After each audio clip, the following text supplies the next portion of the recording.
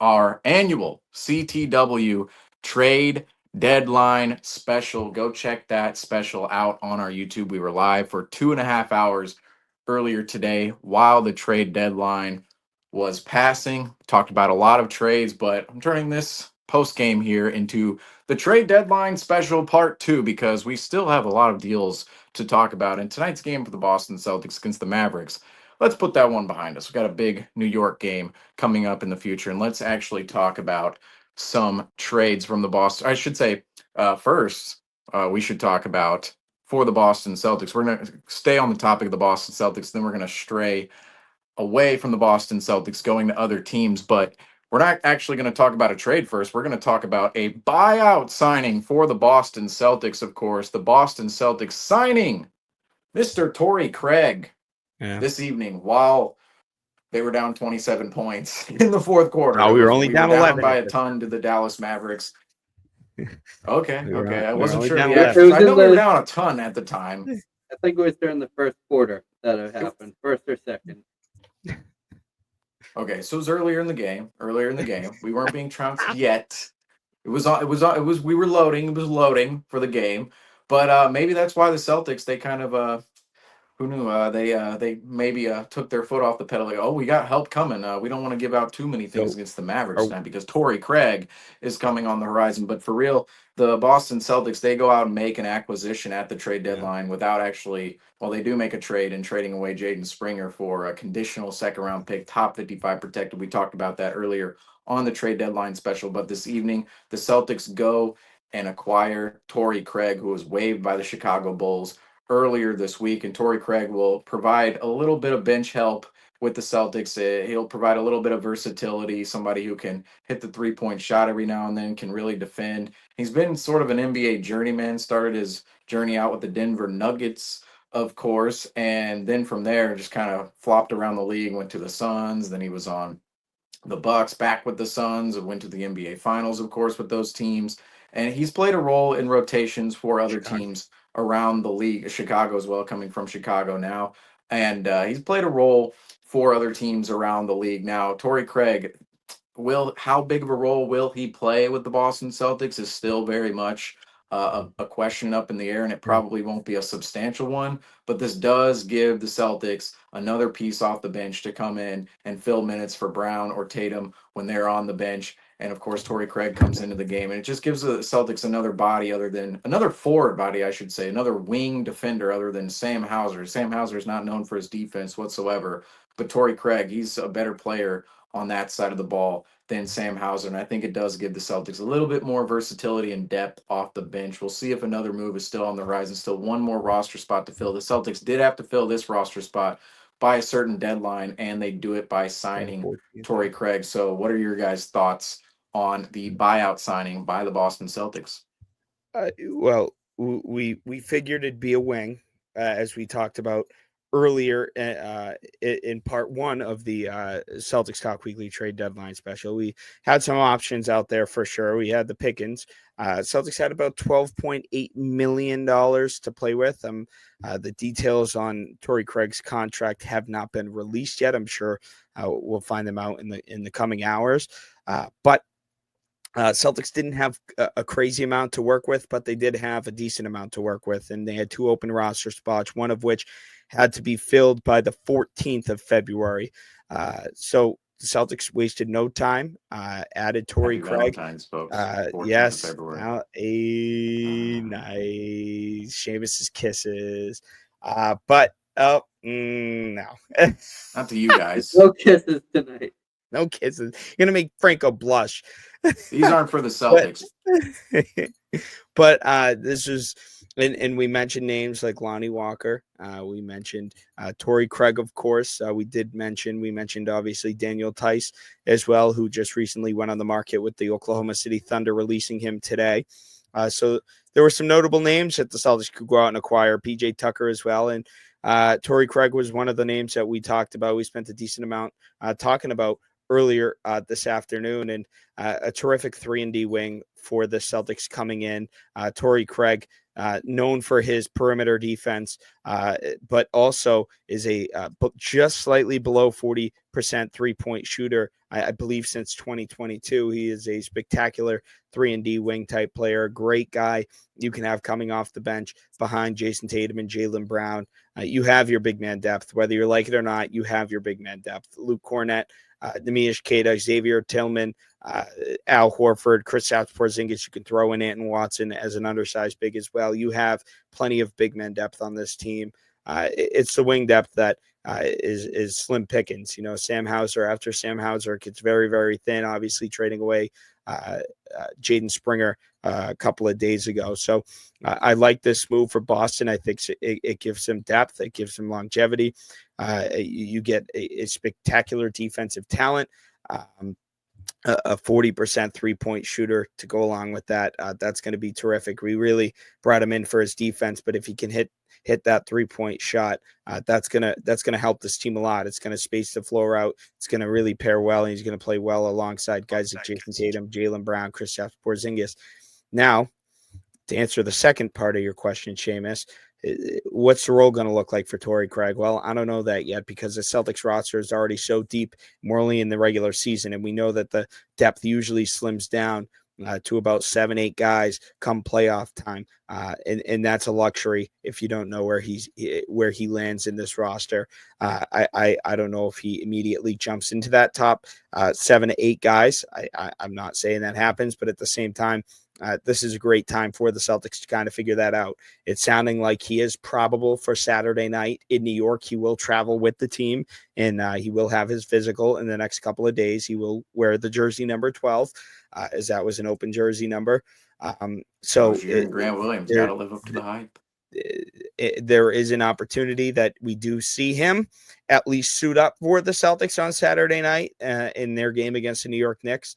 But as far as the role, listen, guys, we knew no matter what, whether it was throughout the trade deadline, whether it was the buyout market, we knew that this was going to be the 14th and or 15th man on the roster, that this was not going to be a significant needle threading move. That means the Celtics won or lost the NBA title, whether that meant they were going back to back or not. This is not what that is. I will say it's a great addition to this team, and I think it adds tremendous depth and definitely, I guess, increases your chances more than decreases it for sure. And it was also a very solid counterstrike to what the Cleveland Cavaliers did this afternoon, which from a basketball perspective, basketball fan, one of my favorite moves and fits was DeAndre Hunter out to Cleveland. I think Cleveland is missing that wing. I really do. Their wing depth is treacherous. Karis LeVert, who is injury prone and really hasn't lived up to the hype this past year and a half, like he did in his first stint with Cleveland. Niang, who is a constant mismatch and just a hassle player to have on. It's just he wasn't giving you anything. And essentially, in my opinion, he was one of the main factors of why Cleveland never got back into the game against the Celtics a couple of nights ago, because anytime Niang was matched on Tatum cooked him. It was just undoubtedly, and you guys remember Game 6 against Philadelphia a couple of years ago in that fourth quarter, Jason Tatum ate Niang up. And you know, obviously you got Dean Wade coming back from injury. Isaac Okoro is still there. So that gives some really good depth to Cleveland as well. So I think the Celtics, this is great. If it wasn't Lonnie Walker, it was going to be Torrey Craig. And I think Boston did a tremendous job at filling out that 14th roster spot. I'd be very surprised if Brad fills in that 15th spot. He likes to have that flexibility. He likes to have that freedom. He is eligible to convert a two-way guy, whether that's Peterson, Davison, or Watson. So I think Brad likes to live with that breath, with that extra little breath, that little inhale. And you know, solid move for the Celtics. Obviously, the Celtics could have used Craig's defense and shooting tonight, but that wasn't the case. So maybe we'll get to see him in New York. But overall, this is a very, very, very solid signing for the Boston Celtics, Torrey Craig. It's definitely going to be a key signing moving forward. And one of the biggest concerns for the Boston Celtics, and one of the things that opponents will always match up with and also take advantage of is the lack of defensive depth at the wing position for the Boston Celtics. Sam Hauser is usually the biggest target on the Celtics defensive end, and usually he has done a good job of matching up with those and has been able to take on some matchups and be able to have a few key plays this season. But Torrey Craig gives you that sense of comfort and a more consistent defender and a much more versatile player. He's someone who's able to get rebounds for you, being able to cut down low. He's a interior scorer with alongside having some good 3-point skills. He's a very well-rounded player and one of the players I was eyeing for the Boston Celtics to bring in during this buyout market. And I think that he slots in just around where Sam Hauser is in the rotation. So I'd say around the eighth or ninth man to come in. I think you might see him as frequently as Hauser, and definitely gives you a more situational rotation. You can, if you need 3-pointers, you can go with Hauser. If you need a defensive stop, you can go with Craig. I think he's going to be something that you can really work with, and um, he really completes this team going forward with the rotation, and I feel confident with what they have going forward. You're To really to put looking across. Go ahead, Justin. no, I sorry, I just got to cut loose here in a couple minutes. Uh, just to go off of the Torrey Craig signing, to put it into perspective, if you want to maybe compare and contrast to recent midseason signings, I mean, this clears the Xavier Tillman signing, trade signing. This clears the Mike Muscala signing. It's clear, depending on how it is, this could clear the Jaden Springer signing as well. We just didn't really see the consistent minutes out of Jaden Springer. You want to go back and maybe even some offseason acquisitions as far as, Lamar Stevens and Delano Banton. Like this is, for how, the Celtics can't really do much in the buyout market in trading. Like they really are restricted with their money right now. And this right now, we need to see it transpire on the court. But just going off of statistics and fit and culture, like this guy right here is in my eyes the best in-season acquisition the Celtics have landed in a little bit. This 100%. He doesn't even have to step on the parquet yet, and this clears the Xavier Tillman and Mike Muscala signing. Well, yeah, looking across the Celtics roster right now, Torrey Craig fills a legitimate need for the Boston Celtics Absolutely, yeah. because really you can break basketball down into three positions, right? There's five slots, but really three positions you have. And you have subcategories of all these positions. You have bigs, you have wings, and you have guards. That's pretty much it. And then you can break all those down into subcategories of them their own selves. Well, from the big man category, the Celtics are clearly set. They have Kristaps Porzingis. They have Al Horford coming off the bench. They have Luke Cornett. You have Kata and you have Tillman right there. So those are five bigs the Celtics undoubtedly feel comfortable with playing in the rotation, and they could all slot in for each other and give the Celtics a different look. From a guard's perspective, Jason Tatum is actually the main ball handler in the Boston Celtics rotation. I mean, you could look at White, Holiday, Peyton Pritchard. Those are all guards for the Boston Celtics, and they make up one of the best guard rotations in the league. However, Jason Tatum is arguably the Celtics' main ball handler. So if you really factor in Tatum into that equation, you have Tatum, you have White, you have Holiday who can handle the ball, and Peyton Pritchard as well. So you have those four guards, and Tatum as a guard, but he really does play as a guard out there. You have those guys all in a row. But then you go to your wings, right? If you're the Celtics, if you go to the wings, a little thin. It's a little thin. Now, Jaylen Brown, he could also be in that guard category as well, but he almost plays more as a wing on this team. After Jaylen Brown, who do we have? It's Sam Hauser. Sam Hauser, he really has struggled this season doing what he's best at, which is hitting that 3-point shot. And if Sam Hauser isn't hitting that three, what is he doing out there on the floor? Because his defense is a little lackluster at times. He's been better, of course, since the beginning portion of his career, but he's still somebody that guys just continuously get buckets against. After Hauser, you're looking at guys like Jordan Walsh. I mean, Jordan 100%. Walsh, he's a great defender, but his offensive game needs a lot of refinement out there, and he's still very, very young. A second year, second round pick, NBA champion, of course, but second year, second round pick. And now you bring in Torrey Craig, that fills a legitimate need for the Boston Celtics roster and really balances out the bench and the roster for the Celtics in its entirety, because you have your big man rotation set, you have your guard rotation set, and now all of your wings and your forwards.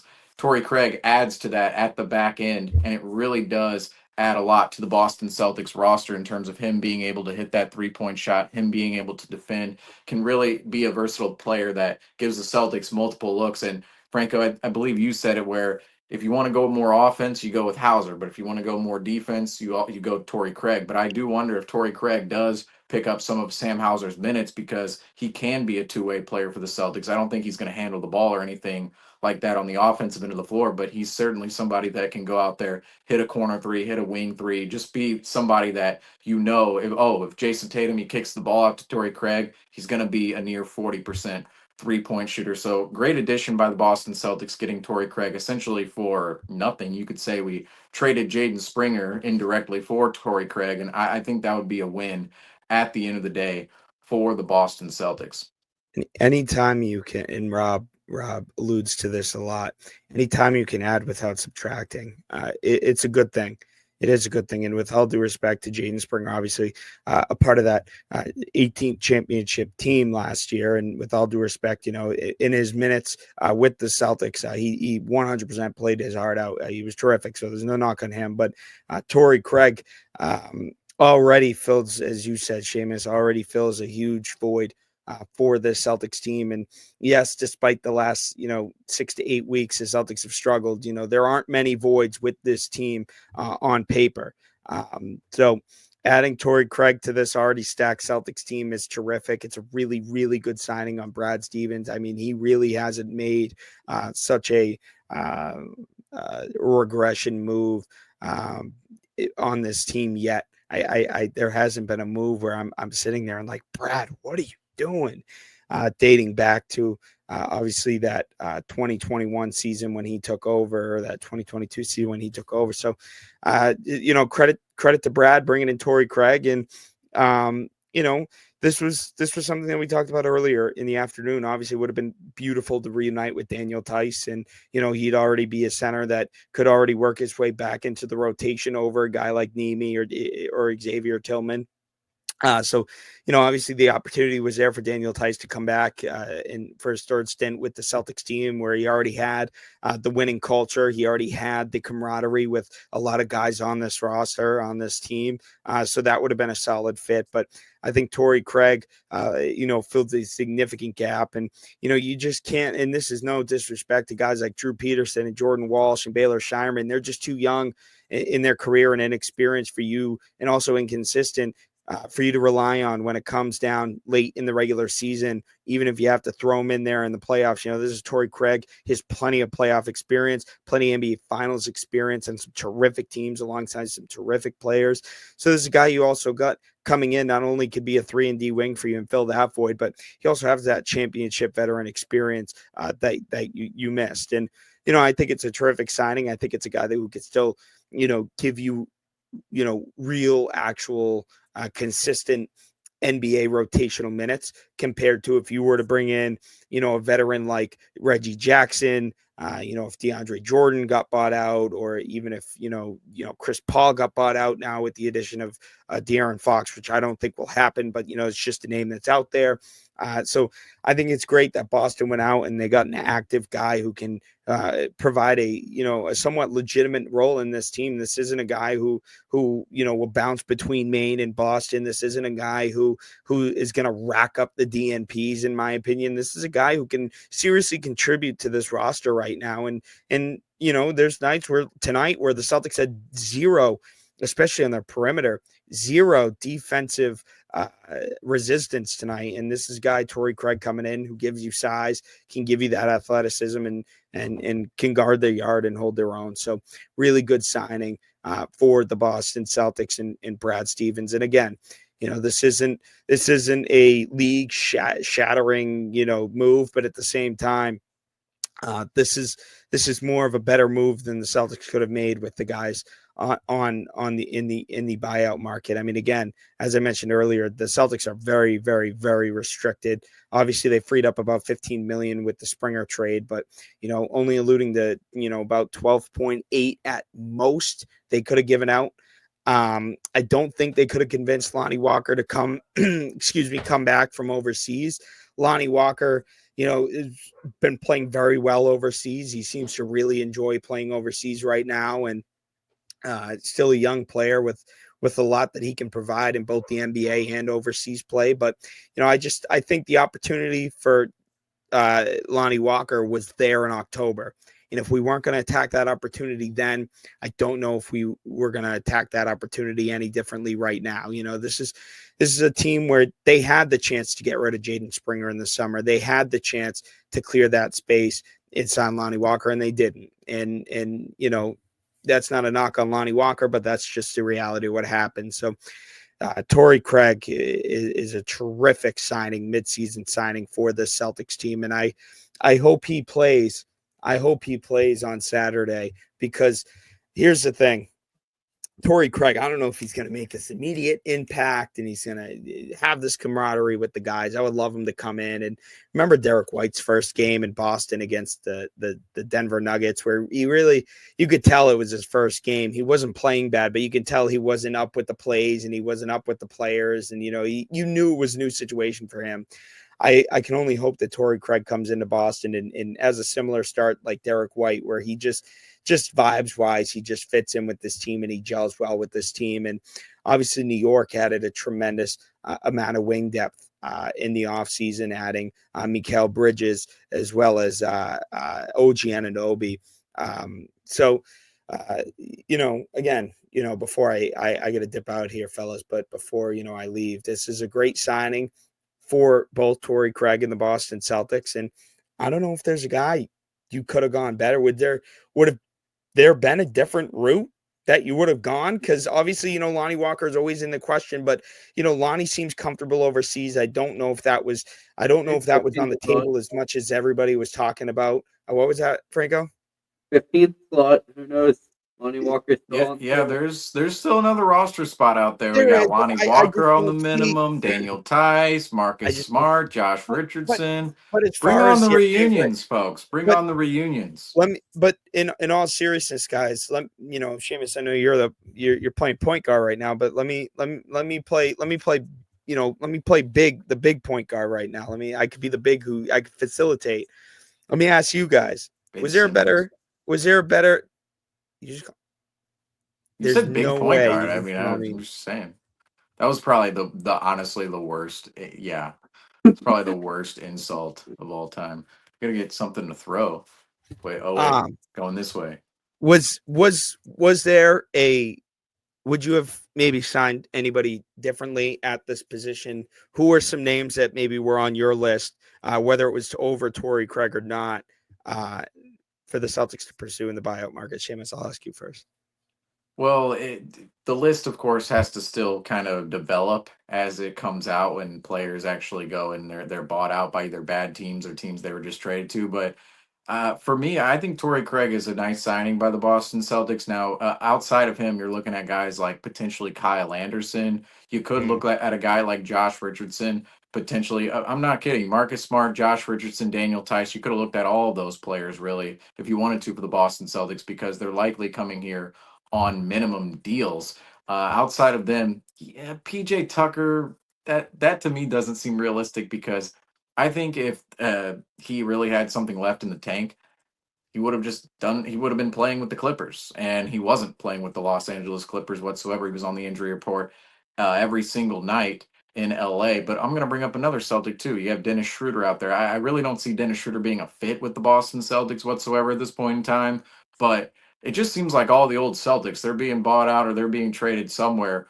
on this given day. And I do believe some of the reunifications make more sense than others. I think the Tice one would make more sense, but that to me would only have made more sense if you traded Tillman at the deadline, and Right. that's not what the Celtics did at the end of the day.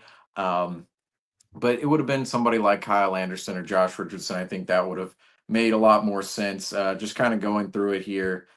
Yeah, I mean, honestly, Torrey Craig was that one player you're probably looking at and going, that's our guy, because elsewhere, I just there aren't too many names that really fill as much of the need that Torrey Craig fills. I'm looking at the names right now, and yeah, I mean, really, you're looking at Kyle Anderson, but to me, Kyle Anderson is that player who, for me personally, um, he doesn't shoot the three ball. He does not shoot the three ball. I mean, he has a better percentage this year than he has in the past, but he's not a reliable 3-point shooter whatsoever. He's more of a culture guy. He's more of a defensive presence for any team. I think the Timberwolves might like to have Kyle Anderson back at this point in time, but that would be the other name I would be looking at. Other than that, maybe Kelly Olynyk if he's bought out by the Pelicans. You could say Kelly Olynyk, kind of that versatile forward slash No, big. he went in that trade. I didn't know he went in that trade. He went Yeah. in the New Orleans trade, huh? Well, the Pelicans need big because the only one they have is Missy right now. So Oh yeah, I Tyson mean, and they Olynyk. they got rid of Tice too. I mean, they really have no bigs. I'm still looking at some of the names here. Yeah, I'm outside of. We'll still have to see what the buyout market does look like, because I will say out there it is still developing. I was kind of just looking at more of the trade names today, which there are players who are on contracts with teams at this moment in time that will actually be bought out without being traded. Maybe Reggie Jackson's another one of those names that just traded to the Wizards today, but a lot of these names wouldn't make a ton of sense on the Boston Celtics. Like I said, I mean, to me the fit here is a forward who can defend and shoot the ball. I mean, you want that around the league. Not saying Torrey Craig is the best player around the NBA, but he certainly fills a legitimate need for the Boston Celtics. Whereas all these other players out there, they don't really fill an entire need. Like if you brought in somebody like Dennis Schroeder, it wouldn't fill a need for the Boston Celtics. If you brought in Daniel Tice, doesn't really fill a need for the Boston Celtics. Even Marcus Smart, I talked about him. I wasn't really joking earlier. I think Marcus Smart, maybe that's Canada. Who knows? Heart and yeah, soul, just saying. 15 Here for spot. 9 years. I don't know how he'd feel about coming back to Boston. I'm sure he spent his best years of his career in Boston, I but mean, he we still can't. wouldn't It's too really fill a expensive. role either. It's too expensive. I don't think the opportunity is even there. He's making well over 12.8 million. Oh, right. I forgot about the rules. So My smart, my like goodness. so for My the people, goodness. We talked just to about this clarify. earlier. Got to know the Well, rules on here. yeah, Got to know the well, rules. it's crazy because my DMs have gotten flooded all day with Dennis people Schroeder would be off the table too, by the way. trying. Yeah, he's making 84 million. Oh no, he's not. Sorry. He's DMs have been flooded all day. Justin, can we get this player, this player, this player? You don't understand with the Celtics and the second tax and the apron and all that. Celtics literally could not go over the $12.8 million. That was like the minimum. So guys like Ben Simmons, if he were to get bought out, Marcus Smart, Chris Middleton, if he were to get bought out, there's I think there's Kelly Olynyk too. I think he would have been over that as well. Kelly mistaken. Olynyk. There's a lot of players who would fit pretty well with the Celtics team, but unfortunately, they're making too much money right now for the Celtics require the buyout market. So automatically, guys like Middleton and Marcus Smart, those guys are off the table, and Ben Simmons for the Celtics. There was some talk about Ben Simmons coming to Boston via trade. Essentially, that just wouldn't make any sense. So you'd have to trade a guy like Drew Holiday, Jaylen Brown. I mean, let's face it. If you didn't trade Jaylen Brown to the Nets for Kevin Durant, you're sure as hell not going to trade Jaylen Brown to the Nets for Ben Simmons. But obviously, we wouldn't do that. But talking about the salary cap and the second tax apron, you would have to dish out a similar salary to a guy in the starting lineup for the Celtics. And there's not a single guy, even in the top 6, I'd give for Ben Simmons. There's certain guys out there where it makes sense if the Celtics had the money to do so and the flexibility. They just don't, and that's how it works out. But for the Boston Celtics to go out and get a guy like Torrey Craig for the minimum, and that's huge for the Celtics team. I get a dip out, fellas. I hate to cut it short, but there's a ton of trades left to excuse me, a ton of trades left for you guys to go over, so I'll let you guys get to that. But abysmal performance tonight for the Celtics. Embarrassing that can't happen on their home court. But I'm very relieved to see the Celtics very active in the buyout market and go after filling a void, a 3-and-D wing who can play consistent minutes for this team. Hopefully we see him on Saturday night because he is probable to play. So for now, fellas, Seamus, control Franco while I'm gone, please. I know he's tough, but continue the show. Part two of the trade deadline special. Sure. Right. See you, Can we fellas. get the balloons? See you, Franco. Balloons. See you, buddy. Part 2. All right. See you, Justin. Good All to right. see And you every time. look, nice little CTW logo there on the side. But let's get this layout correct. Because, Yeah, Franco, right, we yep. still have quite a few trades to go through here. And the next one I actually want to get to is one that we see earlier today when we were on the special. A big theme of the special was, oh, we're on this topic. And then boom, we're over here on this topic because this move happened across the league. And that was really the theme of the day. It was like, oh, we're on Jimmy Butler. Oh, now we're on DeAndre Hunter. And then, oh, all of a sudden the Clippers and Hawks are making moves. But this next trade I want to talk about is, of course, surrounding one of the bigger moves at the deadline. Now, not in terms of a big needle moving move in terms of I don't really know what this is going to do for either of the squads involved in this, but Brandon Ingram, his time in New Orleans is officially over. Brandon Ingram traded to the Toronto Raptors from the New Orleans Pelicans. Of course, Brandon Ingram wanted that max contract extension from the New Orleans Pelicans. He'll be a free agent this summer. We'll have to see what that number comes in at for Brandon Ingram over the summer. I don't think he's going to get that max extension, but maybe he gets a little bit more money with the Toronto Raptors, who are going to have some money to give out over the summer. But the Toronto Raptors, the big conversation was with this particular trade. Oh, the Raptors, they're in the summer. They're wanting to acquire players via free agency, yet they're not a huge free agency destination because they're of course out of the country in Canada. It's very cold there during the winter in Toronto, and players. I mean, if you have the choice between Los Angeles weather and Toronto weather when you're playing a whole season from October to April, players they're not always down with going up to Canada, and we've heard that many times in the past. So the Raptors, they go out and get themselves a pseudo all-star player, Brandon Ingram. We know he can be up to that level, but we know doesn't have all the intangibles of a real elite all-star. More so the passing ability and some of the defense is spotty at times, but certainly a bucket getter when he was with the New Orleans Pelicans, even beforehand when he was a young player with the Los Angeles Lakers, of course, coming over to the New Orleans Pelicans in that deal for Anthony Davis. But the New Orleans Pelicans, they receive Bruce Brown, Kelly Olynyk, and I believe a pick back for Brandon Ingram in this deal. But Brandon Ingram, he's heading to Toronto, and the Toronto Raptors, on their end, it makes sense why they're trying to land a star, but I don't necessarily see the fit between Brandon Ingram, Scotty Barnes, the rest of the roster. And this is another deadline where the Raptors, they kind of sell off a little bit. They sell a little bit, but then they also add. It feels like we're in the exact same spot. I don't know if you remember, Franco, from a year ago. We were on the trade deadline special and we were talking about the Raptors. What are they doing? They went out and they sold Dennis Schroeder. They were like, okay, Dennis Schroeder, you're gone. But then they went and acquired Kelly Olynyk, who they kicked the can. We talked about that last year. Oh, they're probably going to trade Kelly Olynyk later on in the future. Well, that day in the future was today when they traded Kelly Olynyk and Bruce Brown to the New Orleans Pelicans. Bruce Brown was another player they acquired last year for Pascal Siakam, and this is what they get for those two players is Brandon Ingram going from New Orleans to Toronto. So what do you think about this move, Franco?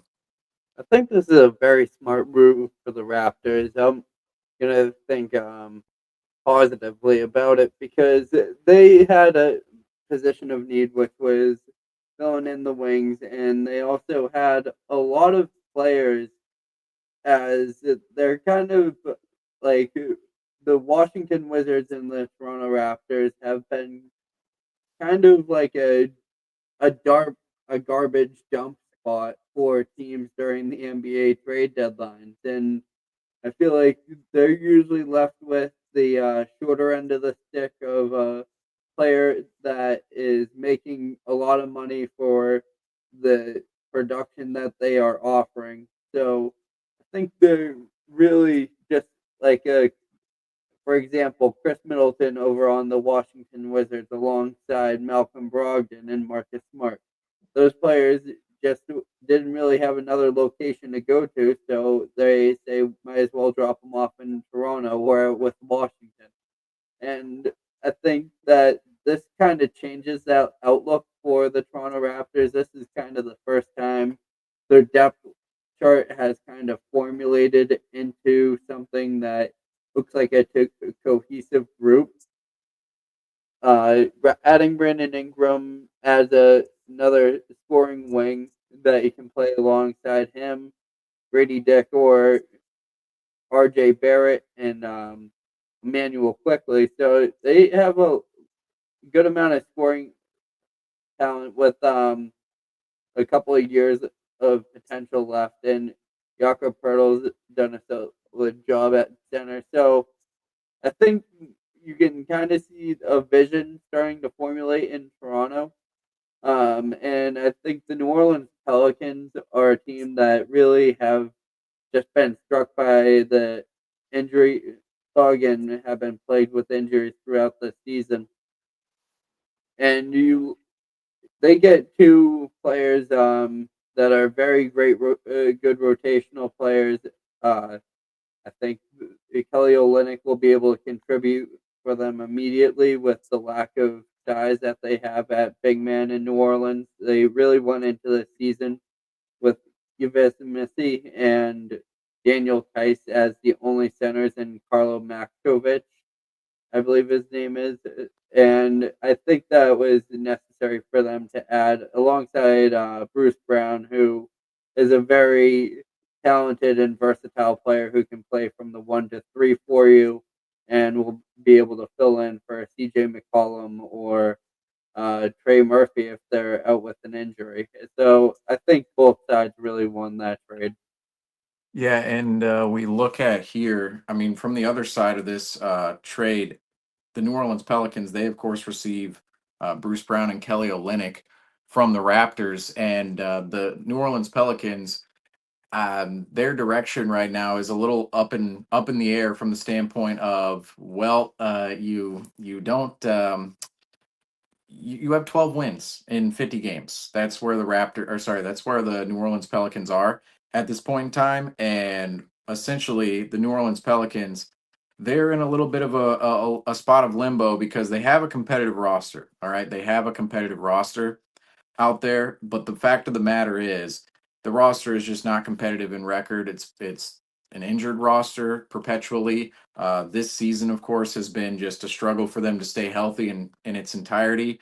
And ultimately, if you're the New Orleans Pelicans, you're acquiring assets in this deal that you actually feel comfortable with acquiring Brandon Ingram. And let's actually spell acquired correctly, folks. It was not spelled correctly on the last graphic. I was just looking at it going, nope, acquire is not spelled correct. So a little bit of a typo there, but we got that all squared away. But the New Orleans Pelicans and the Toronto Raptors in this deal, I like this deal a little more for the New Orleans Pelicans from the assets in which they received for Brandon Ingram, because I really wasn't thinking Brandon Ingram was going to net what he did on the trade market this particular deadline. It almost felt like the Raptors, maybe, just maybe, they were bidding against nobody for Brandon Ingram. I'm not really sure. This is the thing about this trade as well for the Raptors and Brandon Ingram. The Raptors wanted to sign somebody this summer, which I question at the Raptors. I don't know why they have not looked at potentially bottoming out. Now they're doing that while also acquiring talent at the same time. I will say they're down in the standings, but the Raptors, they wanted to sign a player this summer. Could have been Brandon Ingram on the market. Brandon Ingram is going to demand somewhat of a good salary over the summer. It's not going to be a max contract or anything like that. But I wonder if the Raptors in this situation, if they're going to actually be able to re-sign Brandon Ingram, and if he's going to want to stay there. It could end up a situation where they're the only team offering him the money he wants, which could of course force Brandon Ingram to go and sign in Toronto. But the Raptors, they kind of get an in-house talent. They go, okay, we're going to have him here for half the season, and then we want to sign him later on in time. But this is where I kind of believe the Raptors are running a huge risk in this deal, because if you give up, if you give up Bruce Brown and Kelly Olynyk, the Pelicans, they get a nice return for Brandon Ingram, who they're going to lose in the summer anyway if they weren't going to pay him. I mean, really. And the Raptors, they go, well, Bruce Brown, see ya, Kelly Olynyk, see ya. And those actually might be two expiring players. So the Pelicans could lose them in the summer theoretically as well. But I look at it from a Raptors perspective and go, well, Bruce Brown and Kelly Olynyk, I'm not saying they were better than Brandon Ingram to have necessarily. I love having Bruce Brown on the team because we saw how much he affected the Denver Nuggets in their playoff run, and he can really be a player off the bench or even a starter for a team out there that can really impact a championship run. But Brandon Ingram, it's a little bit of an odd fit in Toronto. They're definitely taking some risk. Now they are, I will say, they are trading away expiring deals. Now let me actually make sure that's true, because can't just give out false narratives here on the. Yes. So Bruce Brown, he is on an expiring contract right now, if I'm not mistaken.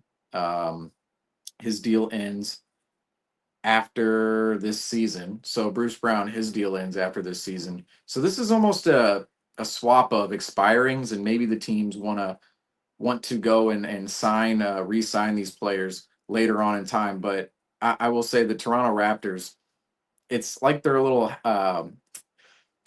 ahead of themselves at this point in time. They are, because the Raptors, I think, is it better to go young? Is it better to really wait out, of course, a potential, uh, I would say, rebuild? So Kelly Olynyk actually has one more year left on his deal. So the Pelicans, from the standpoint of this from this deal, the Pelicans do have some future money. They push out into the future with Kelly Olynyk that they could move as an expiring at next year's deadline or even over the offseason. You never know. So that's part of the deal for the New Orleans Pelicans. Also get a first round pick in this deal. But I will say the Raptors and the Pelicans, this was almost a deal of swapping expirings of Bruce Brown and Brandon Ingram. But I look at it from a Raptors perspective and go, at what point are they going to actually start building in-house with their roster and go one direction or the other? Now, it feels like they've been trying. And see, this is where I don't know what they're trying to do exactly. Are they trying to win? Are they trying to lose right now? That's kind of been the conversation with the Raptors the last two seasons. I understand they're trying to receive talent, but to me, the talent is almost like this very knee jerky type of acquirement of this talent, because Brandon Ingram, you see the Celtics, they were methodical over time. They drafted Brown and Tatum. The team around them at the time was very good, but then the Celtics, they had to retool and rebuild around Brown and Tatum at a certain point in time, and that led to the monster squad we had today with all these players, Holiday, White, Porzingis, acquiring all them around Brown and Tatum to really mesh and make that perfect roster. Well, this move by the Toronto Raptors, I don't really see the Raptors meshing with Brandon Ingram at this point in time. Maybe they go and build around Ingram and Scotty Barnes, but those two players in themselves, I don't really see them meshing entirely. I don't see Scotty Barnes as a player too that I don't want to say deserves necessarily, but I don't see him playing up to the standard of what money he makes at this point in time. And it is certainly an interesting deal from both the Pelicans and Raptors perspective, because I think the Pelicans, they got a nice return from Brandon Ingram for sure, but the Raptors, I'm a little skeptical on how this sets them up for the future, and where this ascends them to. They could be better next year, and they could be better with Brandon Ingram, but is this going to make you a contender one day? Is this the Kawhi trade that just puts you over the top? Of course, the Raptors were already built at that point, but does this make the Raptors at any point in time a championship contender later on down the road in the next 3 to 5 seasons? I don't really see that with Brandon Ingram, although you never know. Masai Ujiri, he's built one championship roster in time, but ever since then, he's been a little bit questionable. I would also ask this: would you rather have Pascal Siakam or Brandon Ingram at this point in time? I would have to go Pascal Siakam, and See, and that's why it's like, why would they even trade Pascal Siakam? Because they essentially traded him for Bruce Brown, and they got Kelly Olynyk along with in the trade deadline last year. They traded Pascal Siakam at last year's deadline, but then they go and flip his assets essentially, in which they acquired for him for Brandon Ingram. So it's a little odd, I will say, from the Toronto Raptors perspective, but I don't know if you want to add more on that or not there. I think it's just almost I can summarize it as making do with what they have. They have been pretty misfortunate with their draft lottery selections. I don't think they've really had a top. If my memory might be failing me, but I can't recall a time that the Toronto Raptors had a within a top 3 pick in the draft, and I think that's something that lottery balls just won't fall their way. But the I said in the trade deadline episode before, I think that the Eastern Conference is pretty open this season for a play-in opportunity. I think that you're looking at around the final 7 to 12 seeds in the Eastern Conference. There's not really any ones that are separating themselves. So the Toronto Raptors are still as poor as they've been playing this season with only 16 wins. They're still in a weird opportunity to possibly make a run at a play-in appearance. So I think you can see them start to win on a little bit more frequent of a basis, but I think it appeases their fans and kind of for lies a vision of what this team can become, and it does add some core pieces around your foundation of Grady Dick and Scotty Barnes, which are your 2 younger, more promising players on your roster. So I think moving forward, we'll see more of um, more more mediocre play from the Toronto Raptors. I think it puts them in a level around the Chicago Bulls, and I I mean above. Actually, I would consider the Charlotte Hornets to be working their way up there, but they're slowly working their way up, and I think it just is going to take 1 or 2 good moves to really put those teams into the running for a 7 or 8 seed.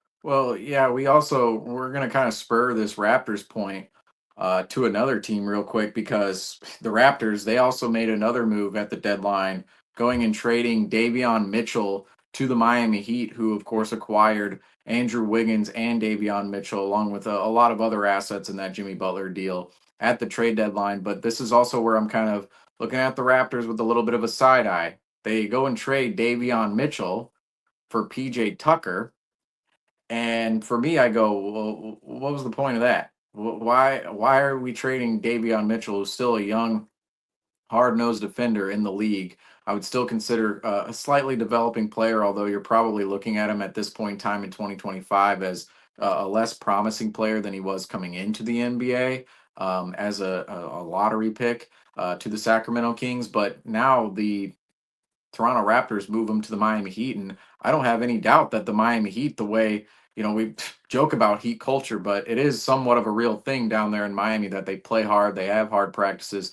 Davion Mitchell was that kind of player coming into the league, and ultimately the Toronto Raptors get rid of Davion Mitchell and trade him to the Miami Heat for PJ Tucker, who we all thought, oh, PJ Tucker reunification for the Heat, but we all saw if he's not producing in LA with the Clippers on a contending roster, which you could argue, oh, the Clippers, they're not necessarily contenders, but they are up in the standings right now. They're in that 5-6 slot in the West. And if he's not contributing with the Clippers, I would think, well, he's not going to really contribute anywhere else. And PJ Tucker, he's that Al Horford age, and I really don't think where PJ Tucker was at a certain point in his career, what his strengths were. I don't really see PJ Tucker being able to do that again, because we all saw the on ball defense, the hound dog defense, the rebounding for PJ Tucker. He was somebody that started for the Milwaukee Bucks back during their championship run, or rather, he was coming off the bench or he was starting, and but he was playing major minutes regardless in that championship run for the Milwaukee Bucks.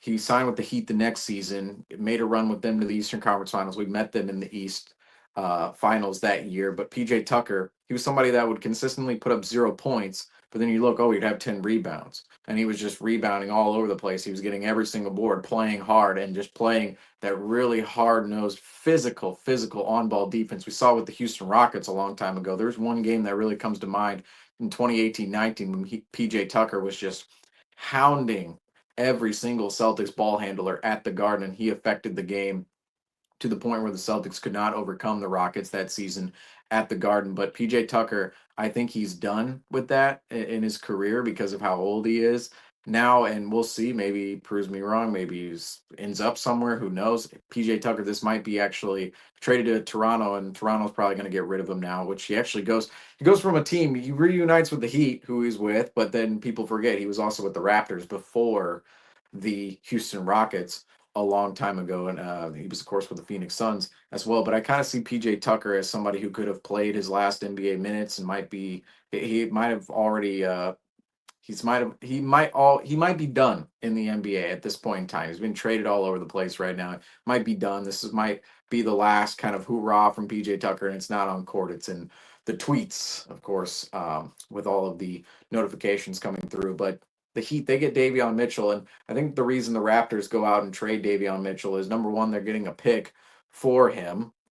So that's something. That is something, because Davion Mitchell is on an expiring deal, and Davion Mitchell's money, we'll have to see what he actually nets this summer. I think the Heat will actually be able to get him on a fairly team-friendly contract, because he's not really produced a ton in this league as a young player on his rookie deal. And I think the Heat, I think they look at Davion Mitchell and go, this is a guy who plays really physical defense, not the tallest player, not the most athletic, you know, lengthy player, but he's somebody who really plays hard, plays physical, really fits in with that Heat culture narrative. And I do believe that he could potentially be somebody that contributes for the Miami Heat later on in time. And I think they're going to get him on a fairly team friendly contract going into the future. But PJ Tucker and a pick goes out to Toronto. Toronto really just taking on, they're swapping money in that deal, but then they get an extra pick for Davion Mitchell, who they're likely losing in the summer anyway. Yeah, I think that Davion Mitchell is a really good fill-in for Terry Rozier as he's dealing with off the court battles. I think he's definitely a player that will help One way to put it.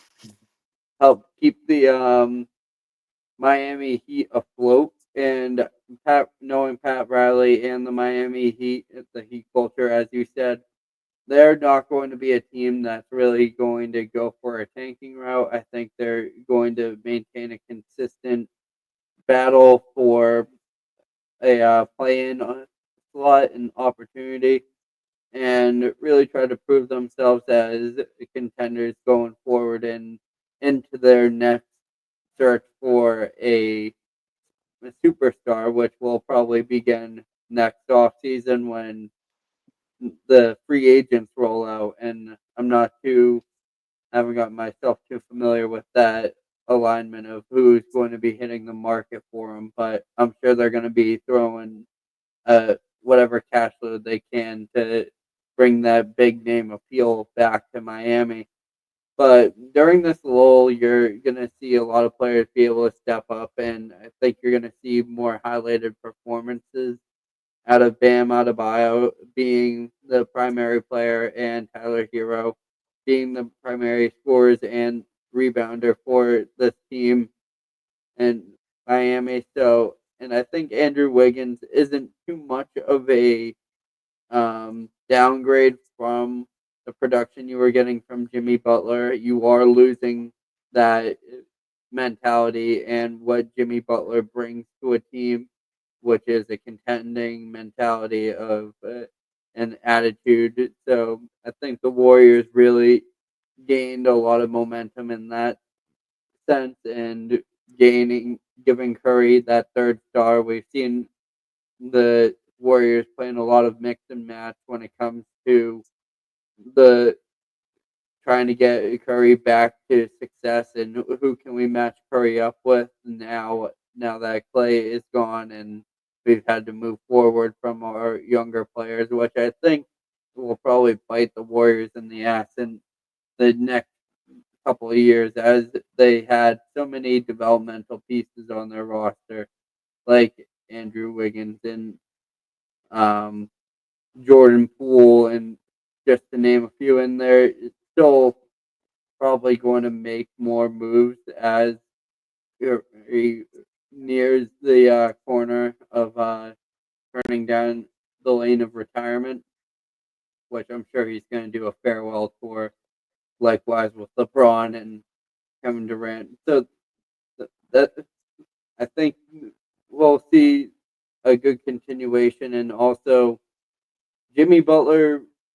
You said it earlier. Jimmy Butler really won the situation. He wanted to move on to a situation other than Miami that isn't just surviving to be in the seventh or eighth seed and not going to add the talent around him or make the move to create a contending team in Miami, which I feel for Jimmy in that situation because there were opportunities for him to get Damian Lillard, and you see Damian Lillard is now in Milwaukee. Uh, you could you could just go down the list of or go on any Heat fan page. You can probably find a Photoshop of any NBA star in a Miami jersey standing next to Jimmy Butler because they were just always saying who's going to complete that big three in Miami so Jimmy Butler can have a chance to really win a championship. That never happened, so now his chances with the Golden State Warriors and now that leaves the Miami Heat a middle of the pack team and fighting for either the ninth or 10th slot in this year's play-in tournament. Yeah, the Miami Heat roster right now just screams out play-in team and screams out 8, 9, 10 seed because all the players, they don't really, I shouldn't say they don't have a star. They do have Tyler Hero, who was an all-star this year. They do have Bam Adebayo, who's been an all-star in the past. But those are your kind of B-tier all-stars per se. You have kind of the A-listers out there, the Giannis's, the LeBrons, the Jokic's, the Tatums of the world. But then you have kind of the B-listers or even C-listers out there where yeah, they're all-stars, but they're not going to make the all-star team every season. They're not exactly bringing a whole new level to a team. They're certainly good players, but they're not necessarily these huge ceiling raising players. And that's Tyler Hero and Bam Adebayo. And if those are your two all stars, you're kind of in the middle of the pack. Kind of sounds like a team like the Chicago Bulls, where oh yeah, you have Zach LaVine, an all star. Oh, you have Nikola Vucevic, an all star. Of course, that pairing was just broken up at the deadline. We'll talk about that in a second. But it kind of sounds like that where it's like okay you have some all stars but you're not at the top of the league in terms of having top 10 NBA players or top 15 NBA players, but the Heat in this deal, I actually think they got an okay return for Jimmy Butler because a lot of people are sitting there saying, well, first of all, the Warriors definitely won the deal. Jimmy Butler won the day because Jimmy Butler got that extension, $121 million for 2 years on top of his potential player option next year. So Jimmy Butler won the trade by going to a team in which he wanted to be traded to, and then he also got the money in which he wanted. Now he did want the max extension, got half of it really, but when you can get half of what you originally thought maybe you weren't going to get any of, that's still a really good payday for Jimmy Butler. I'm sure he's completely fine. I will say those California taxes will be a little harsher on him than those Florida taxes later on down the line. But Jimmy Butler still wins in this deal because he's going to play with Steph and Draymond out in Golden State. He's still getting his payday. But I still think the Miami Heat came out all right from this deal because now I will say if they did this a lot earlier, they would have netted a much better return. They just would have because you look at it in time, the Miami Heat over the summer, they were taking offers for Jimmy Butler. We were talking, we weren't talking over the summer, but others were talking over the summer going, oh, could Amin Thompson be in a deal? Could you put Cam Whitmore, Tari Eason, maybe from the Houston Rockets? And the Rockets were going, oh, no, we're all right. But that was a legitimate conversation. Like, what type of young player would the Heat get in return for Jimmy Butler? What kind of picks? And it all whittled down to Andrew Wiggins at the end of the day, and Dennis Schroeder and Kyle Anderson, who were rerouted elsewhere. And Kyle Anderson probably waiting for a buyout situation. But we all know Dennis Schroeder, who we're going to talk about in a second as well. He was rerouted to another team out there. And the Heat, they also get a pick back, a protected pick from Golden State that we'll see how that conveys out in the future. If it's a top 10 protected pick this year, I believe it might be protected next year. And then after that, it's going to be unprotected if it still doesn't convey to the Miami Heat. So it's not a great return for Jimmy Butler whatsoever if you really look at it, because really you only received Andrew Wiggins and a protected pick from the Warriors, who are expecting to be maybe in the middle of the pack, like, oh, you might receive a lottery pick. You might be a little bit above the lottery, not a great pick. But I still think the Miami Heat returned. I think that in return, they got an all right package for what the situation was now. If you look at it in the full scope, right, the full sample size of the Miami Heat and Jimmy Butler, they lost because they could have traded Jimmy Butler more at either the beginning of the season or even last summer, or even last season, if you really want to go back that far. And right now, what the Heat received for Jimmy Butler is not anything near what some of the offers were looking like over last summer and in 2024. But I still think where it was right now, where the situation was, the Miami Heat were at a desperate point with Jimmy Butler. They just were. I mean, they were going, we just want this man off the roster. We don't really, I would almost say they almost don't care who they received in return. And out there, I think a lot of teams went, they looked at Jimmy Butler, they went, oh, he's 35 years old. He's kind of injury prone. He can be kind of a headache in the locker room at times if he, of course, wants to be moved or isn't happy with the situation.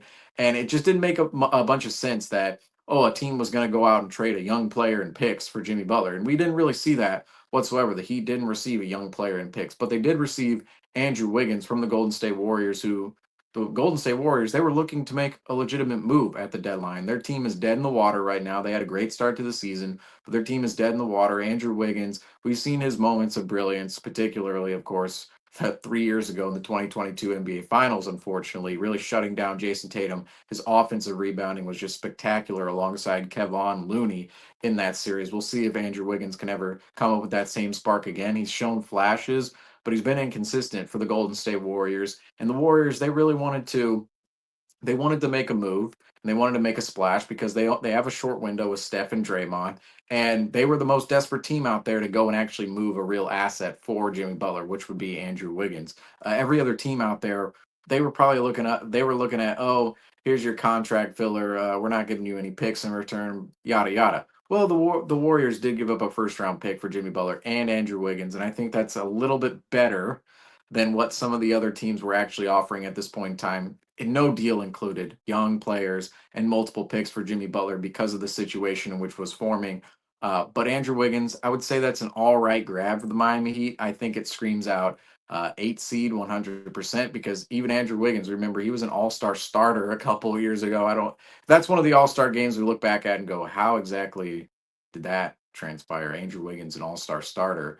But you have kind of three B-listers in terms of the All-Stars and Andrew Wiggins, Bam Adebayo, Tyler Hero. But at the end of the day, the Miami Heat, they still have all of those players to actually go out and make deals with later on in time. It's not as if they're going to be, trading for a star anytime soon, but those could be three players. You never know. It's what people are talking about right now with the Miami Heat is in 2026. They're trying to set themselves up for the summer of 2026. I know some Heat fans don't want to hear this because it's always been. I've heard a couple of Heat podcasts go, we've always been setting up for a star. Damian Lillard, Bradley Beal. Can we get anybody here? You were just talking about how all these stars were next to Jimmy Butler and all these photoshops. And really, the Heat are doing that again. They're hoping, in 2026, we're going to land a free agent. Oh, Giannis, whoever, Luka Doncic could be a free agent. Just throwing that out there. You never know. The Miami weather is just as good as the LA weather. I will say a little bit more humid, but just as good.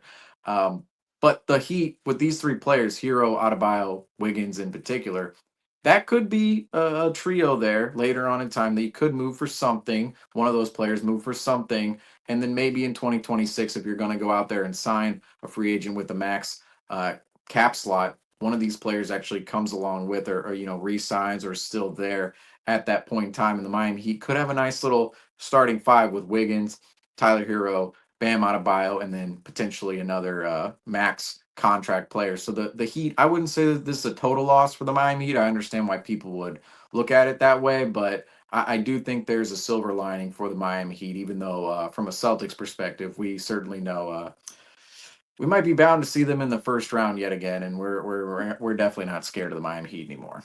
No. I think Jimmy Butler was kind of that face and that fear factor for them, but moving forward with them, I think you're looking at teams like Philly, you're looking at teams like Chicago, Atlanta, Miami. They all are within the same realm and category right now, and it seems like it's a box that teams are comfortable with being in because it's better than being at the bottom of the barrel, and it also is a can be a huge jump factor for your team if you are able to gain that momentum, find something that connects. There are a lot of question marks alongside those teams, especially the Miami Heat. So it's going to be interesting to see who steps up for the Miami Heat.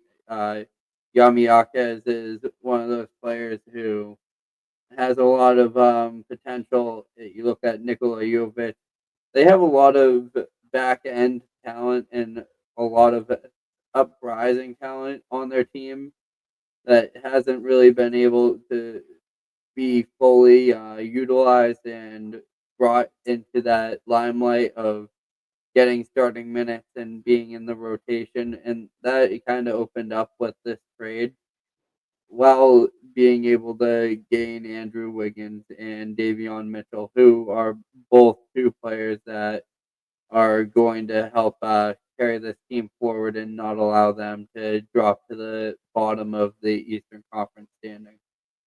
Yeah, certainly potentially some addition by subtraction for the Miami Heat, acquiring Andrew Wiggins, getting rid of Jimmy Butler, and kind of ridding themselves of that cloud of stink over the last 2 months, where it's just controversy, controversy, controversy. Oh, Eric Spoelstra in the press conference every single day being asked about Jimmy Butler, and that is all gone now for the Miami Heat. So maybe going ahead, there's a much different vibe in the locker room in Miami, but.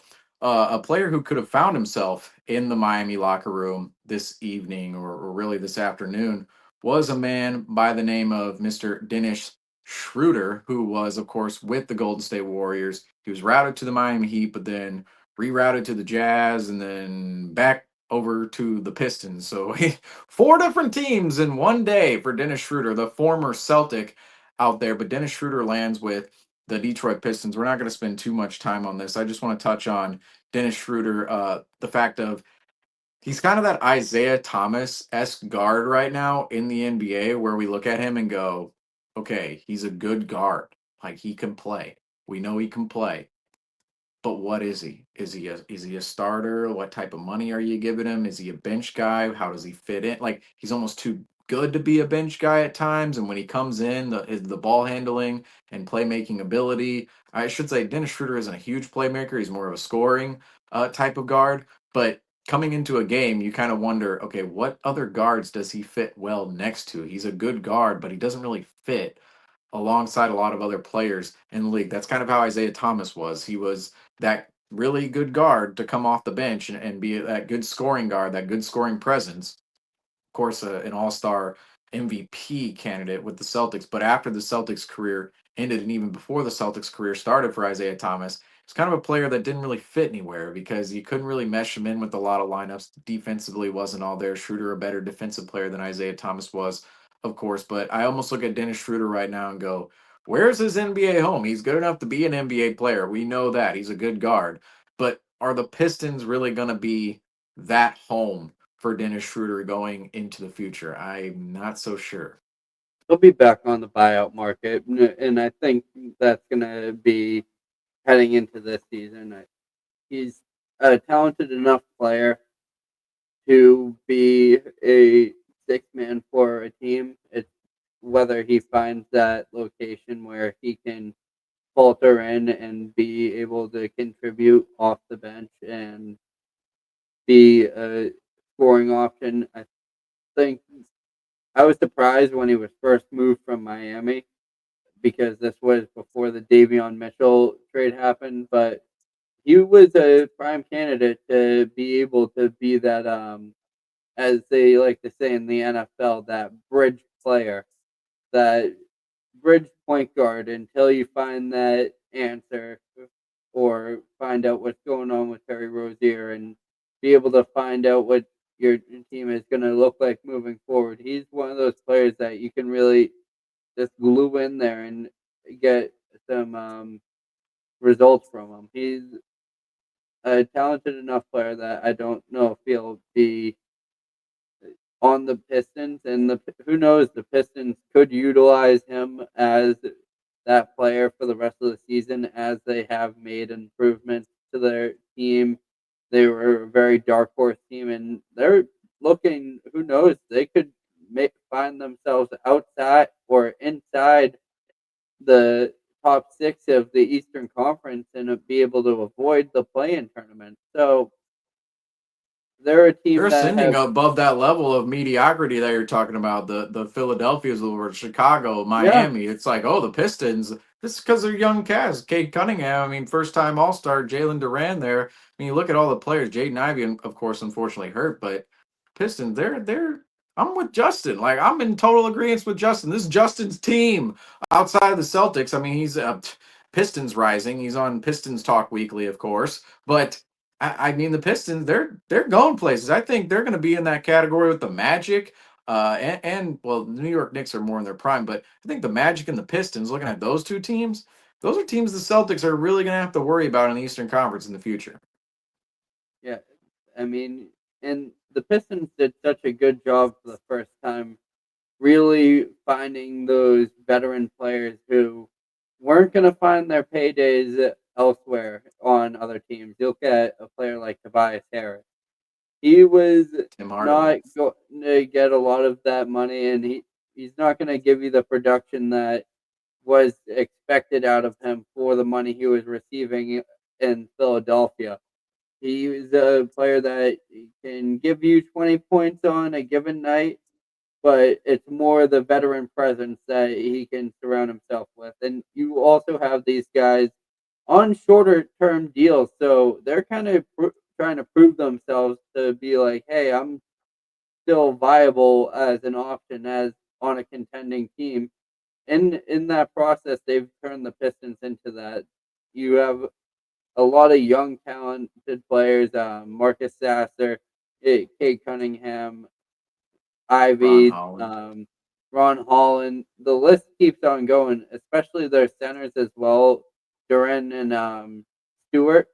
They're two talented young players that they really have a really filled 15-man roster that you can't really say any of them don't deserve the opportunities they're getting, and it's kind of just been kind of that accumulated um, talent that they've received after being going through so many rough years and seeing so many trades, seeing so many talented players leave their roster, and just piecing together, getting Simone Fontecchios of the world. It's really just finally came together for them. They got the coach that's really been leading them and is probably a candidate to be coach of the year, um, especially with their performance so far and if it continues moving forward. But I think they're a team that who knows, maybe the Celtics might see in round two, round one, or round one, even round two would be very insane. I mean, I wouldn't put it past the Pistons to cause a first round upset. They are the 6th seed right now. They could move up to 5. They could upset a team like Indiana or Milwaukee. I mean, maybe not so much New York or Boston, but certainly Indiana or Milwaukee. I would think the Pistons actually have a legitimate chance against. But the Pistons, they tried to do this last year, I will say. They tried to add veteran talent around their young core, and it just didn't work out because all those veterans, they just didn't really. First of all, they weren't playing consistently. And secondly, those veteran talents were just not real fits on that Pistons roster, didn't really contribute anything whatsoever. This year, I think the Detroit Pistons, they're seeing a lot more of that production out of their veteran cast, the Tim Hardaway Juniors of the world, the Tobias Harrises of the world, and of course now potentially Dennis Schroeder if he doesn't hit the buyout market. But I'm going to look out west now to a team that kind of in the same conversation as the Toronto Raptors is certainly a better team than the Toronto Raptors, but I believe this team really, in terms of defining a direction, not really sure where they're always going, and that would be, of course, the Sacramento Kings, who trade for Zach LaVine and Jonas Valanciunas at the deadline after moving off of De'Aaron Fox. Now, De'Aaron Fox, I mean, he was kind of requesting a trade out of Sacramento. He wasn't necessarily going full force requesting a trade, but he was saying, I'm not really going to resign here. You guys can move me now if you really want to get real assets out of myself. And the Kings, they land Zach LaVine in that deal. They land draft capital for De'Aaron Fox as well. The Chicago Bulls, they land Kevin Herter, they land Zach Collins, Trey Jones, and their own first round pick back, one they traded a long time ago. And I just don't see the return there for Zach LaVine whatsoever. I do like the return for De'Aaron Fox from the Kings. I don't think it puts them in a particular direction, which I'm confused about. But I do like the fact the Kings were able to get Zach LaVine out of the deal and even extracting Jonas Valanciunas away from the Washington Wizards, who were bound to trade Jonas Valanciunas. They trade a couple of second round picks for Jonas Valanciunas, and Valanciunas. People were kind of saying, "Oh, Valanciunas and Sabonis, how is this going to work?" Well, hey, they're both Lithuanian national team members. They're both guys. They played together before in FIBA competition, so that's going to be certainly a chemistry matchup that we're going to have to watch going ahead. But the Kings, in terms of their direction right now, Franco, are you on board with what the Kings have done during this deadline, or are you kind of, I would have liked them you would have liked to see them go one way or the other, either actually going and really competing or not? I mean, I would say competing is kind of hard, but how are you feeling about the direction of the Kings right now? The Sacramento Bulls. Um, I am feeling like this team is really um, trying to remain relevant within the Western Conference. They're a team that doesn't seem to have too much of a direction going forward in the future, and trying to make the most of what they have right now. I think moving on from De'Aaron Fox is a huge step for this team and is a player that they could have relied on moving forward and could have had some good runs and some potential with it. Obviously, have brought them so far as he has already, and I don't know if that remains the same with the team that they've put together now. Obviously, a talented roster. Zach LaVine fills in as that star player alongside DeMar DeRozan and um, DeMontis Sabonis. You got a larger team and kind of a questionable lineup of where these players all piece together. Obviously, Jonas Valanciunas and DeMontis Sabonis. Sabonis has played the four position before he was traded to Sacramento, and has kind of gained a little bit of size, but I wouldn't rule it out that he can play that position. But in a Western Conference as competitive as it is right now, they're probably looking to be on the outskirts. And where I'm starting to notice a trend that a lot of these teams that were as active as they were in the trade deadline are really playing around in that 7 to 10 seed in either the East or the West. It's kind of shows how undecided the NBA is looking at this point on who is going to be that uh, top contender. Obviously, the East is a little bit more settled than the West, with New York, Milwaukee, and Boston as those top three. Maybe Milwaukee can sneak into that conversation, but it's looking unlikely after the moves that they made. I think they're going to be a stagnated, probably 4 or 5 seed, and then the rest will fall where it may. But in the West, you could see some of these teams that are ranked in the third or fourth seed drop down to the eighth or ninth seed in the West because of how much the teams have changed and how much the narrative has changed on the Western seed. It's very undecided, and a lot of teams are floating around the same area record wise in the West, and some teams are going to see the improvement from this trade deadline and the acquisitions made, and some teams are going to see the lack of chemistry because these are moves that could have been made earlier on in the season. And if you played a full 81 games with a readjusted crew, you would be in a much better position than you are at game 41 of this year.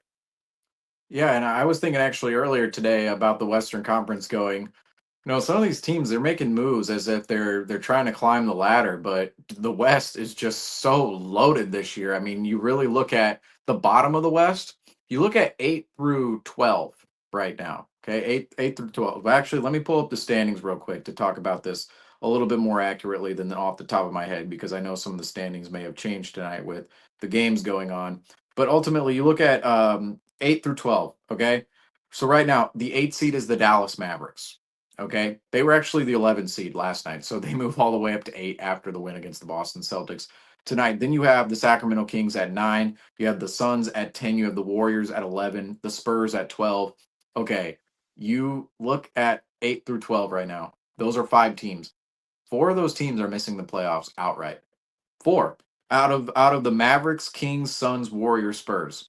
The Spurs made the De'Aaron Fox move, of course, so they're now 2 games back of the 11. I really wouldn't rule them out, potentially making a run. The Suns are just a really weird team. I think their energy is just very. I would not be surprised if they end up in that 12 spot at the end of the year. They do have a lot of talent that could keep them from that spot, but just in terms of their team chemistry, it's just all off. There's a lot of trade talk. Is Kevin Durant going to go here? The front office wanted to move him. Bradley Beal didn't want to remove his no trade clause or waive it for him to be traded anywhere. But you have the Warriors, who of course go out and grab Jimmy Butler. And the Kings, they move off of De'Aaron Fox. They give him to a team that's actually below them right now in the standings, but then they go and receive Zach LaVine and Jonas Valanciunas from that. And then the Mavericks, they of course move off of Luka Doncic. And the Mavericks, they receive Anthony Davis. And all of those teams right there made some sort of a move at the deadline. The Suns, I mentioned them. They also moved off of Yusuf Nurkic's money at the deadline. But 4 of those teams are missing the playoffs. It's a really tight race in the Western Conference. You have 3 teams actually tied right now for the 9 seed. The Mavericks are 1 game ahead in the 8 seed, and then the Spurs are 2 games back in that 12th spot. And then the 13, 14, 15 Blazers, Jazz, Pelicans. I'm sorry, they're not going anywhere. Unfortunately, that's where they're ending for the season. Blazers are actually doing a lot better this season than most people thought. Already up to 22 wins on the year, so maybe they're a team that moves up next year. But you just look at the West; it is so loaded. The Kings. That's why I kind of think with this move right here with the Kings, the Levine and Valanciunas trade, or I should say they're separate trades, but them acquiring Valanciunas and Levine, I don't know where it puts them in the Western Conference. I liked obviously the acquisitions of Jimmy Butler a lot more for the Warriors, De'Aaron Fox a lot more for the Spurs, but even the Mavericks, I thought the Mavericks kind of made themselves worse at the deadline. The Suns, I don't know if they really leave the deadline as a better team, and you just look at all the squads there. And I wonder, I'm like, you look at the teams at the top too. You got the Thunder who are just running away with the conference right now, but the Grizzlies, they're playing really well. Nuggets 3, Rockets 4, that can fluctuate any night. The Nuggets were 4 actually last night. And then you have the Lakers and Clippers sitting there. And then the Timberwolves and the Clippers are actually tied for 6. But those are all quality teams at the top, 1 through 6. If you go through them, and 7 is the Timberwolves. I should have mentioned 1 through 7. But it's like where is that leeway to actually move up in the standings? Who's that team that's gonna be injured? Who's that team that's actually gonna fall off? All these Western Conference teams are making moves in order to get better, but I really wonder if it's kind of a fallacy in terms of a lot of these teams are kind of going like this. They're not going like this with these moves because they made themselves only slightly better in a conference that is just completely loaded. But speaking of the Western Conference, there are 2 more Western Conference teams we're going to get to tonight before we wrap up the show. And one of those teams is a significant Western Conference team. And I just mentioned them at the 5 slot in the Western Conference at 29-19. We have the Los Angeles Lakers, who traded Dalton Connect. Dalton Connect, which I was very shocked to see his name come off the board.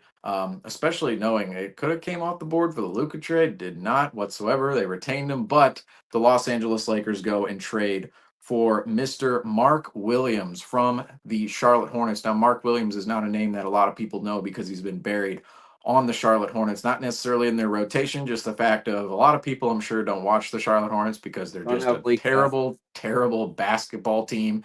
If you do, maybe you're watching because of LaMelo Ball.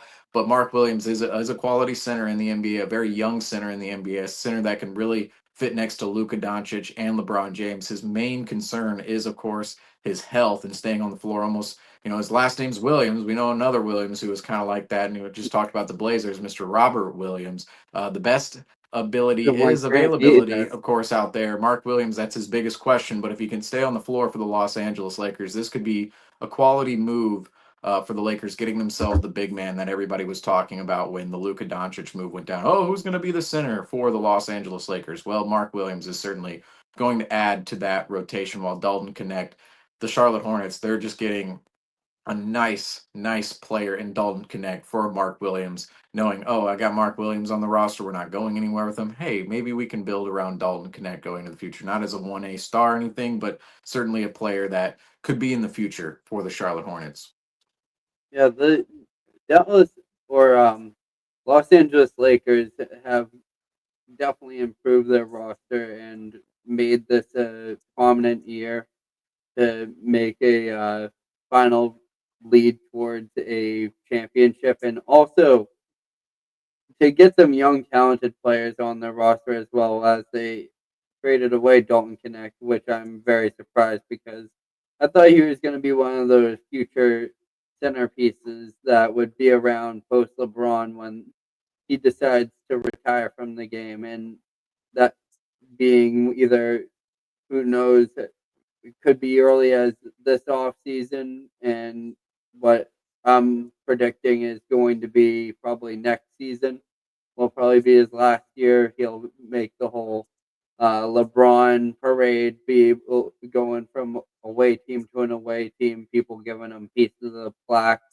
or pieces of the parquet and like gifts. Like, I don't know, what was the last prominent one? Derek Jeter was the one that comes to mind, who really oversold it. But I think the Lakers really have put together a very solidified starting 5, along with the depth talent that they have is good enough to get through some of these series. The Charlotte Hornets are an interesting team now. I think adding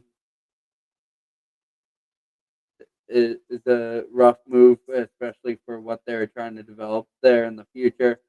And they've been kind of in a stagnated place for a long time, but they still have a lot of promising young talent. Now you get to match Dalton Connect, who has shown some promise in LA with LaMelo Ball and Brandon Miller, and so those 3 could become a talented trio moving forward. Miles Bridges as well. He's a more experienced player, but not too old to be leaving him out of future plans. But and I believe that the Hornets also added Yusuf Nurkic after this trade, if that's correct.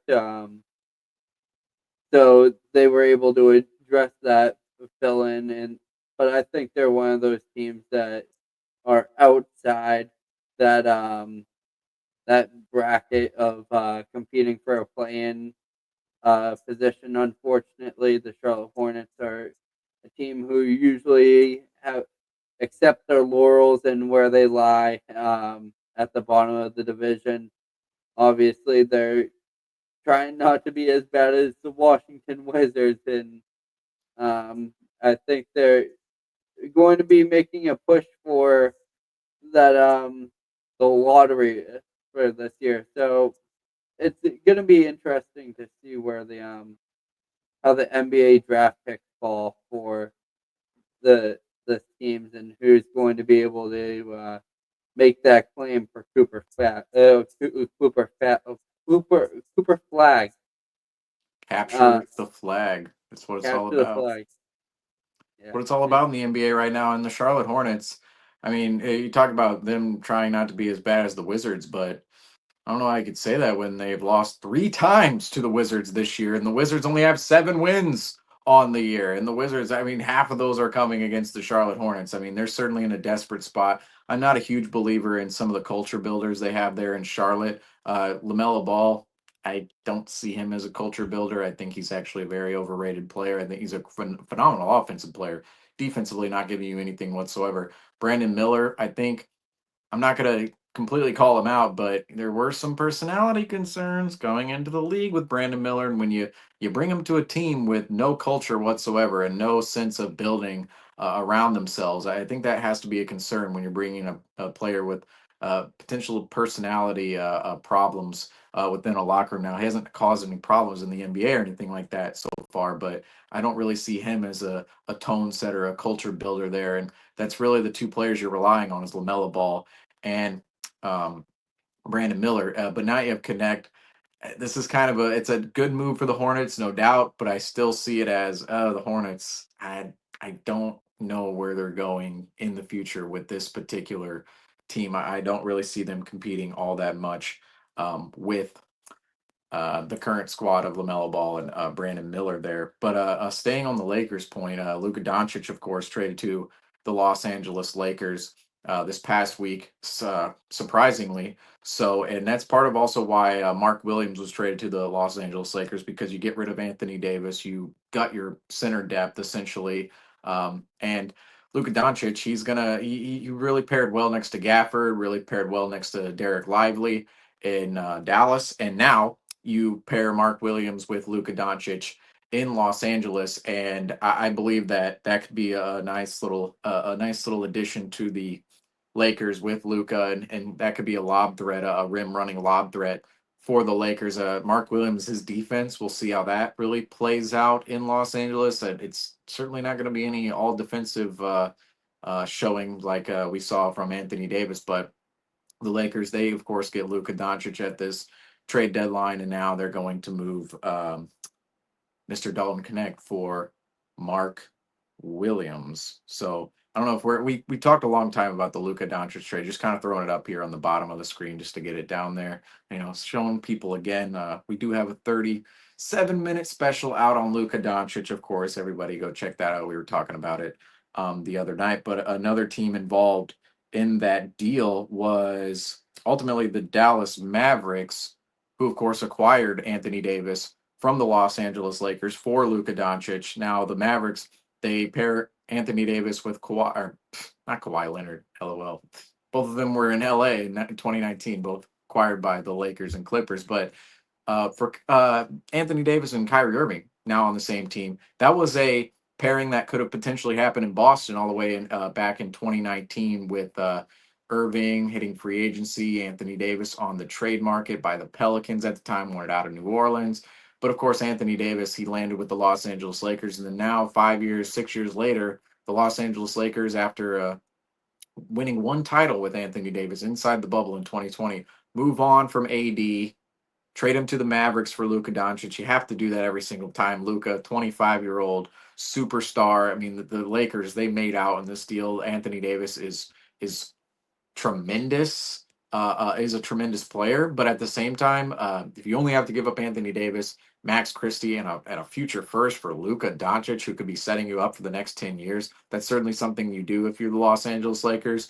But the Mavericks, certainly a perplexing move by the Mavericks at the deadline to give up Luka Doncic at 25 years old. Conditioning concerns, I don't see that at all. I understand Luka.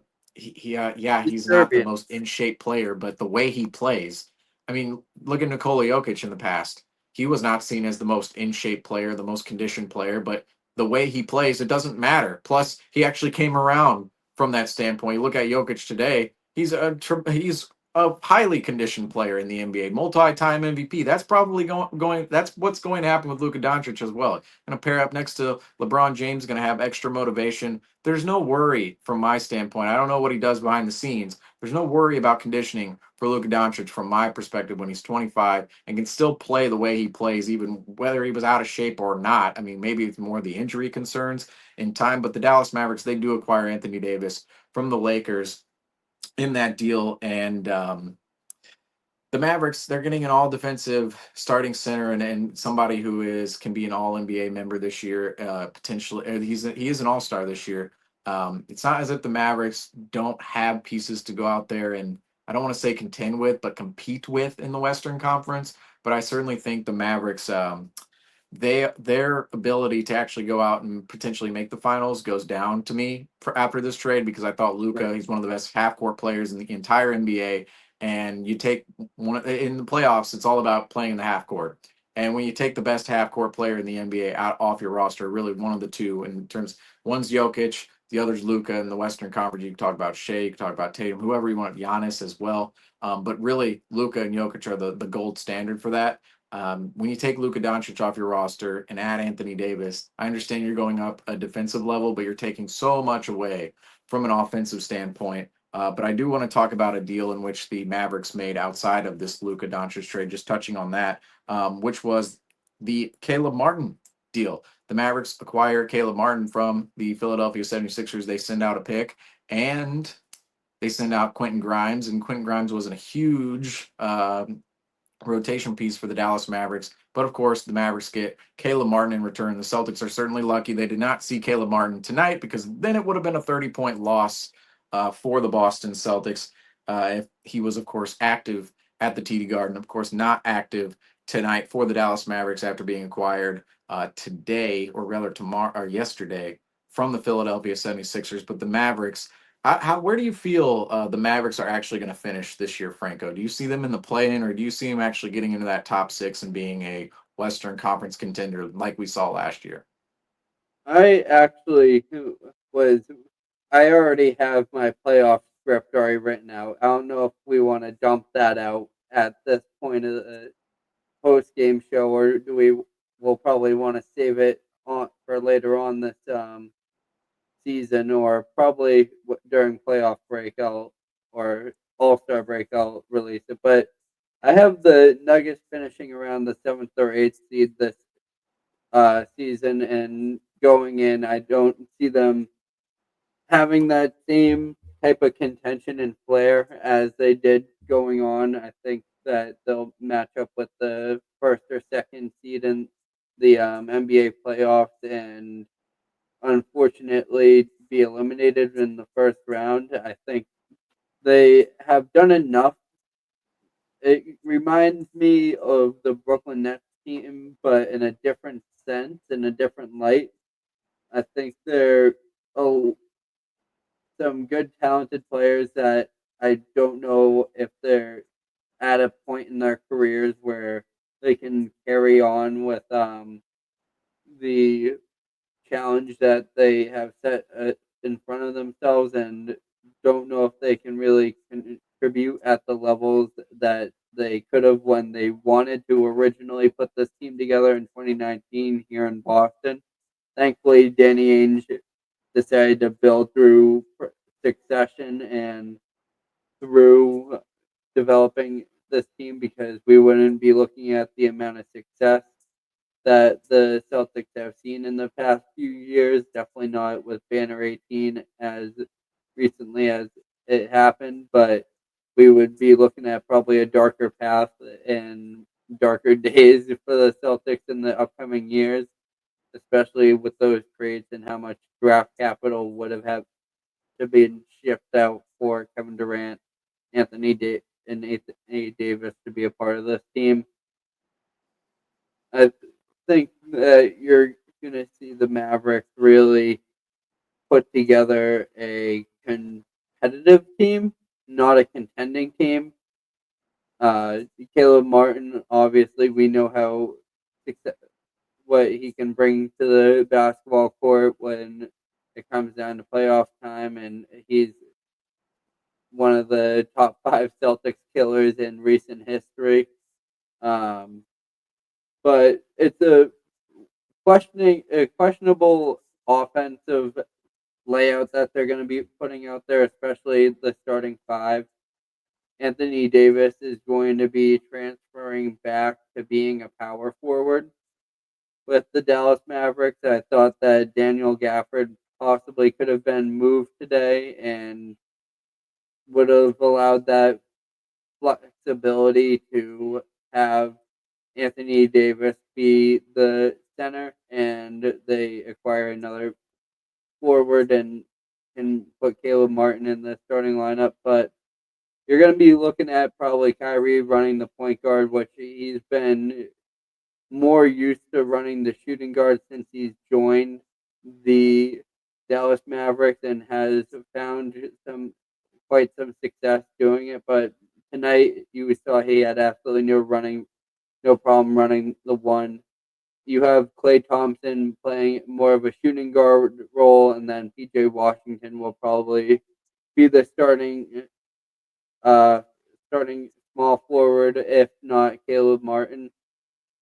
But they're going to be a team that will be a little bit more well rounded, but don't have that superstar and really that tier one type player that Luka Doncic is to really put them over the edge, which is what teams have needed in recent history to have an NBA chance at an NBA championship. Yeah, Kyrie Irving and Anthony Davis, they're two tremendous players, and they were two top 10 NBA players at a certain point in time. Even Klay Thompson was a top 10 NBA player at a certain point in time, but that point in time has passed us now.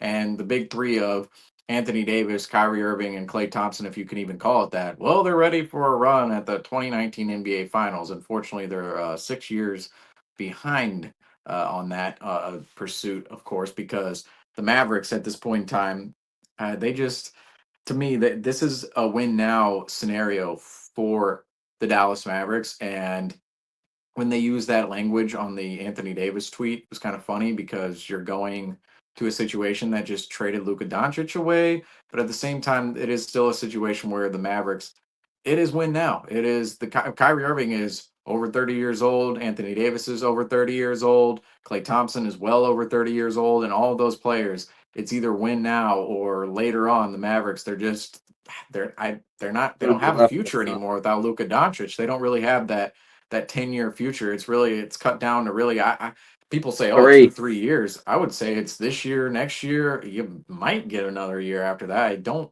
really think that's certain. And Kyrie and Anthony Davis, they've certainly been two players in which you look at and go, they have not been the most durable players Loyal. whatsoever within their NBA careers at all. So I think this move for the Dallas Mavericks, just getting Anthony Davis and putting together the squad now, a little confusing, and I don't see them making it back to the NBA Finals now all of a sudden. I thought with Luka Doncic on the roster and the roster they had, if Derek Lively could come back healthy, I think it was certainly a possibility that they could go and make the same run they did last year in the Western Conference. But at this point in time, the Mavericks, I think they just kind of shot themselves in the foot at the trade deadline. Even though you have some nice players, you acquired some nice players, and Anthony Davis, Max Christie, we saw tonight, and Caleb Martin, we're talking about as well.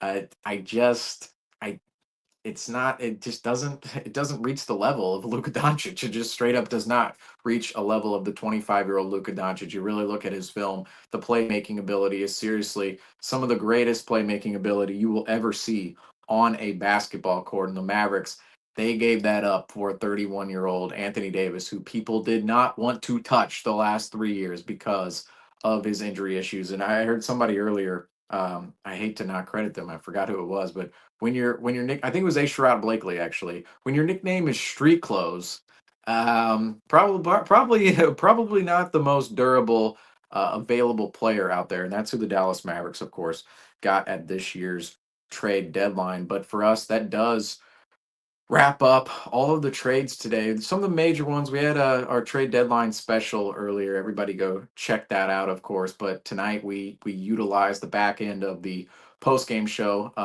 from the Celtics I didn't and the want to keep Mavericks game talking to about talk that about all game. these trades, because the Celtics and Mavericks game was just horrendous for the Boston Celtics, and there was not too much to talk about after we talked for 2 hours the other night on the Cavs game.